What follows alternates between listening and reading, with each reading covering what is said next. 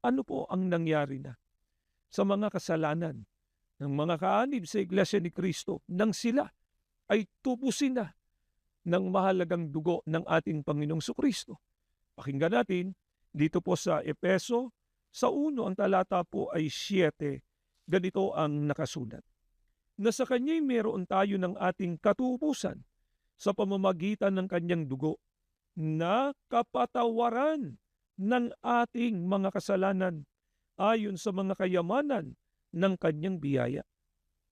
Gaya po ng ipinahayag ni Apostol Pablo, ang kasalanan anya ng mga taong natubos na ng mahalagang dugo ng ating Panginoong Kristo, sila po ay nagtamunan ng kapatawaran ng kanilang mga nagawang kasalanan.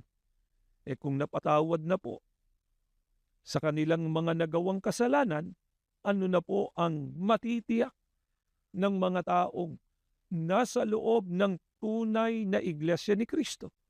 Dito po sa Roma, sa 5 ang talata po ay 9, ganito ang patuloy na pagtuturo sa atin ni Apostol Pablo. Pakinggan ninyo.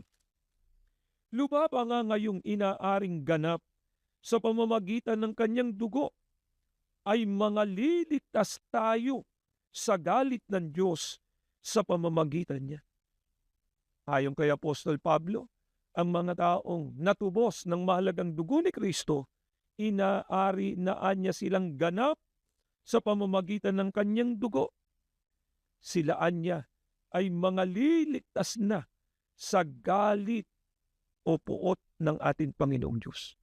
Mga mahal po naming mga taga-subaybay, ang katiyakan po ng kaligtasan pagdating ng araw ng paghukom matatamo lamang ng tao kung siya ay nasa loob ng tunay na Iglesia ni Cristo.